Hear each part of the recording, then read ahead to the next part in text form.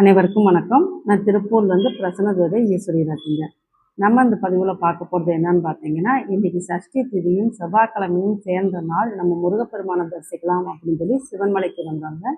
இந்த ஆலயம் எங்கே இருக்குது அப்படின்னு சொல்லி பார்த்தீங்கன்னா, திருப்பூர்லேருந்து காங்கேயம் செல்லும் சாலையில் பட்டாளி என்கிற கிராமத்தில் சிவன்மலை என்கிற ஆலயம் அமைந்துள்ளதுங்க.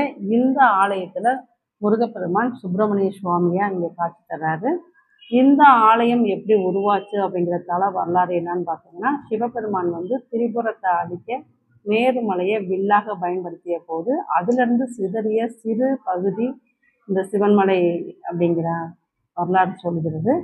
இந்த ஆலயத்தில் பார்வதி தேவி அகத்தியர் சிவனை நோக்கி தவம் புரிந்த இடமா சொல்லப்படுறாங்க. இந்த ஆலயம் அருணகிரிநாதரால் திருப்புகழ் பாடப்பட்ட தலம் அப்படிங்கிற அமைப்பு இருக்குதுங்க.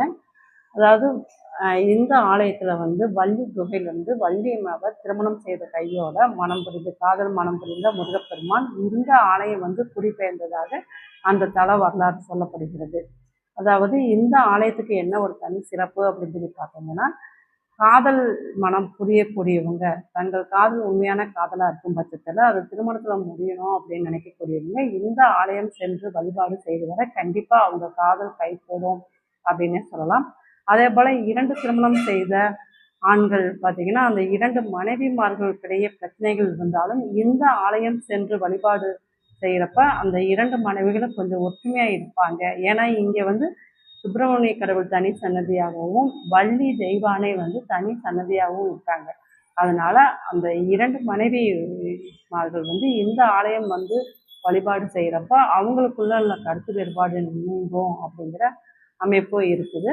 அதனால் நீங்கள் இந்த ஆலயத்தில் சுப்பிரமணிய பெருமாளுக்கு திருமண கோலம் இதெல்லாமே காட்சியாக வச்சுருக்காங்க.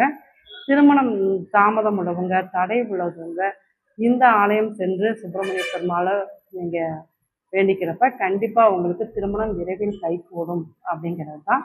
இதுபோல் ஜோதிட தகவலுக்கு நமது சேனலை சப்ஸ்கிரைப் பண்ணிக்கோங்க. நன்றி.